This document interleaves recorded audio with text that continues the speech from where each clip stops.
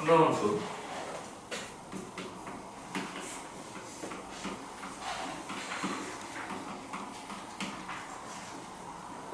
처음에 이제 호도법을 사용을 하죠. 우리가 몇 도가 파이다? 180도가 파이다. 사실 파이 라디안이겠죠? 라디안이 생명체가 있다. 이거를 가지고 우리는 4분의 파이는 몇 도고? 45도, 뭐 60도는? 60도는 30도야? 60도는 3분의 파이고 3분의 파이는? 60도. 똑같이 말했네요. 아무튼 그렇게 해가지고 각도를 모두 이야기할 수 있고, 그러니까 사인 3분의 파이 해버리면 여러분은 3분의 파이에 대한 사인값 몇이야? 2분의 루트 3이다. 지금 같은 경우는 여러분이 3분의 파이 그럼 60도 그럼 사인 60도로 생각을 하겠지만 나중에는 사인 3분의 파이가 바로 2분의 루트 3으로 넘어가도록 이 각도의 표현을 최대한 줄일 거예요. 라디안을 훨씬 더 많이 쓸 거라고. 그럼 이제 우리가 그 세타 자체가 0 라디안부터 2분의 파이 라디안까지는 쉽게 계산이 돼. 특수각으로서 모두 이야기가 되니까. 근데 이제 이야기하고 싶은 건 그 외의 것이 주어져 있다면 우리 세타는 뭐로 표현을 하기로 했냐면 축, 뿔마, 예각 이렇게 다루기로 했지. 맞지? 축에 대한 이야기가 2분의 n파이 이렇게 되는 거고, 예각은 그냥 알파라고 적을게요. 이 예각이라는 것은 0도부터 2분의 파이 사이에 들어가는 각도입니다. 오케이? 그래서 n이 만약에 뭐면 홀수면 껍데기가 어떻게 된다? 바뀐다. 그 다음에 n이 짝수면 안 바뀐다. 이렇게 되는 거고요. 무조건 알파라고 본 다음에 부호는 누가 결정한다? 얘가 몇 사분면이냐에 따라서 달라진다라고 이야기했죠. 1사분면은 전부 다 양수고요. 2사분면은요 사인, 3사분면 탄젠트, 4사분면 오, 산타크로스 해가지고 기억하기로 했죠. 수치 따로, 부호 따로 생각을 하기로 했어요. 이게 잘 돼 있어야 여러분이 뒤에 나오는 삼각함수의 방정식, 부등식에 대해서 훨씬 더 잘 풀 수 있게 되고요. 오케이. 그 다음에 이제 삼각함수의 그래프로 넘어갑니다. 근데 그래프 우리가 되게 열심히 하나 각도에 대해서 그리긴 했어요. 그래서 이제 모양이 결정이 됩니다. 일단 y는 sin x부터 이야기를 해보죠. 주기가 어떻게 돼요? 2파이 2파이 한 거지? 그 다음에 최대값은 1이고 최소값은 마이너스 1 이렇게 되는 거고, 코사인은 지금 아무런 정의역을 이야기하지 않았기 때문에 최대값 최소값에 대한 정의역 자체가 실수 전체입니다. 오케이. 자, 코사인 2파이가 주기고요. 그 다음에 최대값 1, 최소값 마이너스 1. 그 다음 탄젠트 함수 주기 파이, 최대값 없음, 최소값 없음. 오케이? 선생님 끝없이 커지면 없는 거예요? 모르는 거예요? 모르는 건 아니에요. 모른다라고 하면 어떤 게 존재하는데 내가 못 찾는 거거든요. 그것보다 더 큰 수가 항상 존재하기 때문에 없는 거예요. 네. 최대라고 정의가 불가능한 거예요. 그러면 탄젠트 x는 뭐가 있죠? 점근선이 있어요. 좋아요. 그 다음 처음에 등장하는 게 몇일 때? 2분의 파이에서 처음에 등장을 하죠. 그 다음에 정근선 또한 당연히 주기가 파이마다입니다. 그래서 여기 뒤에다가 n파이 이렇게 붙이면 돼요. 그러면 n이 1 붙었어. 그럼 2분의 3파이 그 다음에 있는 거고, n이 2야. 그럼 2분의 5파이. n이 마이너스 1이야. 그럼 마이너스 2분의 파이. n은 정수. n이 0이야. 그러면 2분의 파이 이렇게 되는 겁니다. 오케이? 이거 2분의 파이라고 하지 마세요. 그럼 주기가 2분의 파이인 거예요. 알겠습니까? 오케이. 그래서 이제 그래프를 우리가 간결하게 그리게 됐죠. 몇 칸짜리? 8칸짜리 그려버리고, 여기가 0, 여기가 2파이, 가운데가 파이, 그 다음 최대값 1, 최소값 마이너스 1. 얘는 x값으로도 0, y값으로도 0, 0,0을 이야기합니다. 자, 사인 그래프 어떻게 되더라? 처음에 위로 올라갔다가 내려갔다가 올라갑니다. 그 다음에 코사인 그래프 여전히 8칸짜리 탄젠트도 8칸이에요.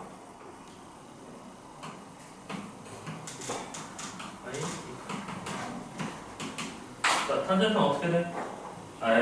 코사인은 어떻게 돼? 1에서 0으로 떨어지고 마이너스 1, 0, 1 이렇게 된다. 되게 이차함수스럽게 생겼다. 그리고 여기 곡선이랑 여기 곡선은 똑같은 공률을 가져요. 평행이동 살짝 하면 당연히 사인 그래프, 평행이동 살짝 하면 코사인 그래프 당연히 나올 수가 있다고. 그 다음에 탄젠트 그래프, 여기는 이제 주기가 2번 그려지겠네요. 여기가 0부터 시작을 해서 2파이까지. 얘는 뭐부터 그려줘야 돼? 점근선부터 그려줘야 하는 거지. 여긴 그리면 안 된다. 자, 탄젠트 그래프 처음에 0에서 시작해서 뚫고 올라가면 되는 거지. 그 다음에 왼쪽은 쭉 아래로, 오른쪽은 쭉 위로, 그 다음에 여기서는 아래로. 그러니까 지금 여기까지가 한 주기예요. 한 주기가 2로 연속되는 거죠. 여러분 이제 연속되어 있는, 다시 말하면 끊어져 있지 않은 함수를 보는 걸 선호해서 탄젠트 그래프를 이렇게 생각하기도 해요. 그것도 나쁘지 않아요. 이렇게가 한 줄기다 생각을 하셔도 돼요. 좋아요. 그래서 이런 걸 생각을 해주면 되고, 그러면 이제 우리가 평행이동과 대칭이동과 합성함수를 통해서 y는 a sin b x-p 플러스 q, a는 양수고 b도 양수다 라고 생각을 해보겠습니다. 주기가 어떻게 돼요? 주기는 p라고 적어 있으니까 주기라고 해볼게요. 주기는 원래 사인이 뭔데? 2파이는 얘를 뭐로 나누는? b로 나누는, 이렇게 돼요. 근데 내가 저거 양수 아닐 수도 있잖아. 그러니까 뭐라고 붙이면 되냐면 절대값이라고 붙이면 돼. 오케이? 자, 최대값이랑 최소값 찾아볼 거야. 원래 사인 그래프는 최대값이 몇이야? 1이랑 마이너스 1이거든? 최소값까지 이야기를 하면은. 근데 거기 몇 배가 됐어? a배가 됐어. 그러니까 최대값이 이거까지 생각을 하면 최대값이 a고 최소값이 마이너스 a야. 근데 거기다 뭘 더했어? q만큼 다 더했으니까 최대값은 뭐가 됐어? a 플러스 q가 되는 거고, 최소값은? 그렇지. a 마이너스 q 아닙니다. 합차 공식이랑 비슷해서 a 마이너스 q 잘 대답을 하는데 마이너스 a 플러스 q라고 해야 돼요. 근데 우리가 이것은 a가 어떨 때? 양수일 때 이야기하니까 a에다 뭐 씌워주면 돼? 절대값 붙여주면 돼. 오케이? 코사인 마찬가지. 그 다음 탄젠트는 최대값 최소값 없으니까 주기만 분자가 뭐인 상태에서 원래 뭐였는데? 파이였잖아. b분의 파이가 된다 정도 기억하세요. 네, 너무 좋습니다. 그 다음에 이제 평행이동 되는 것은 사실 p가 갖는 것은 나중에 어떤 함수값을 적용하기 위해 주어지는 거지. 지금은 크게 의식하지 맙시다. 나중에 문제를 풀 때는 얘가 되게 중요하고 헷갈리게 하는 문제긴 한데 이건 나중에 한번 모아서 시킬게요. 일단은 p는 별로 그래프에 큰 변화를 못 주구나 라고만 생각을 합시다. 오케이. 그 다음에 이제 삼각함수 활용입니다. 우리가 활용해서 다루고 싶은 것은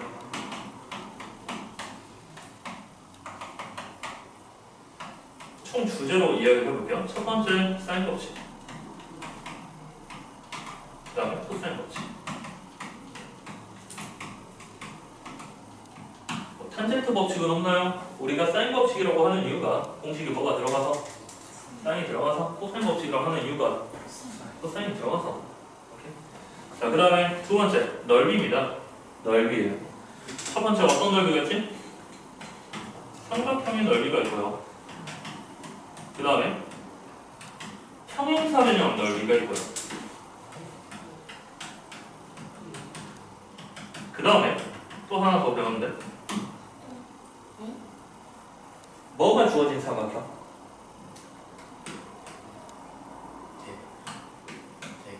대각선이 주어진 사각형이 주어져. 이것의 넓이. 구할 수 있어요. 자, 공식으로 한번 가보죠. 삼각형 넓이 2분의 1 AB 사인 세타. 우리가 삼각형 넓이는 밑변 곱하기 높이 나누기 2 나누기 2가 들어갑니다. 평행사 변형 원래 구할 때 어떻게 구해요? 밑변 곱하기 높이. 그러니까 여기서는 AB 사인 세타 이렇게. 자, 여러분 대각선 사용하는 공식 그냥 뭐로 생각하면 되냐면 마름모로 생각을 해볼까요? 한 대각선 곱하기 다른 대각선 나누기 2 그러니까 2분의 1에 AB 사인 세타. 저 2분의 1이라는 상수를 기억을 하려면 원래 공식을 떠올리면 돼요. 그 다음 이제 해롱 공식 하나 있긴 한데 그 해롱 공식을 외우면 좋긴 한데 좀 그냥 그렇게 많이 사용하지 않는 공식이라서 기억하면 좋고 못 외워도 우리는 코사인 법칙이랑 사인 법칙 이걸 결합해서 문제를 풀 수 있어야 이렇게만 이야기할게요. 자, 그러면 사인 법칙에서 이야기했던 거 기억나나요? 뭐든 A 대 B 대 C는 오케이 사인 C다.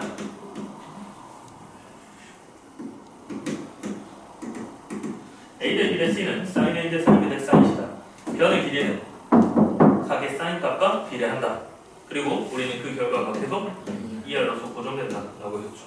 그래서 부담벌레 그려놓고 위에다가 A 소문자 하나만, 그 다음 대문자 사인 A랑 2R 이 두 개 곱한 게 A다. 2R은 사인 A분의 A다.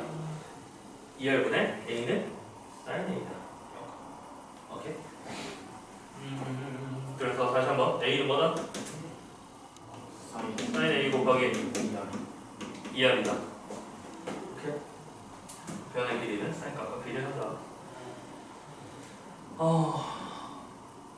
여러분 나중에 문제를 보면 이제 이런 질문을 분명히 하거든요. 공부하다 보면 선생님 이 문제가 사인 법칙이랑 코사인 법칙 문제인 건 알겠는데 사인 법칙을 써야 돼요? 코사인 법칙을 써야 돼요?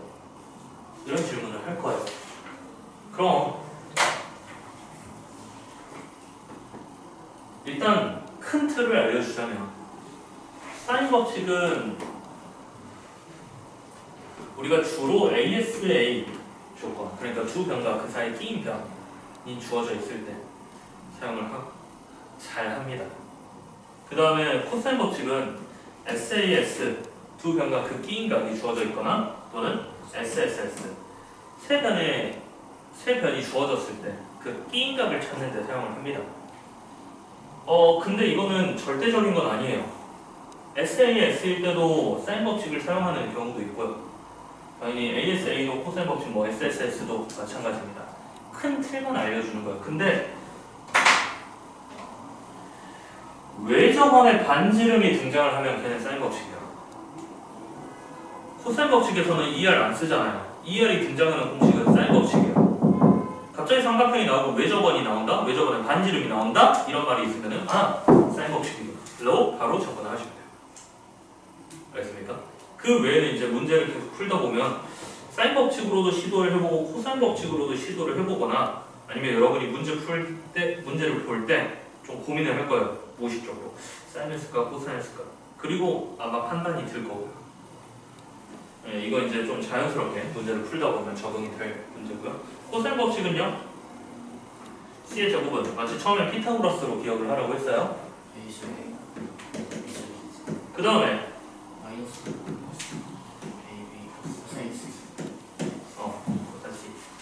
여기까지가 이제 합차 공식 버전인 거죠. 그 다음에 여기서 이제 코사인 C는 2AB분의 A제곱, B제곱, 마이너스 C제곱. 이제 여기까지 기억을 해야지. 오케이. B 버전도 있고 A 버전도 있다. 이런 거 알아두시면 특히 하나만 더 이야기할게요. 선생님은 사인 법칙과 제1 코사인 법칙과 제2 코사인 법칙으로 두 가지 코사인 법칙이 두 가지였어요. 그리고 얘는 제2 코사인 법칙이었고요. 하나의 코사인 법칙이 뭐가 있냐면 여기가 A고 여기가 B고 여기가 C예요. 그러면 여기 각도가 지금 A가 될 거고, 여기 각도가 지금 B가 될 거고, 여기 각도는 이제 C가 될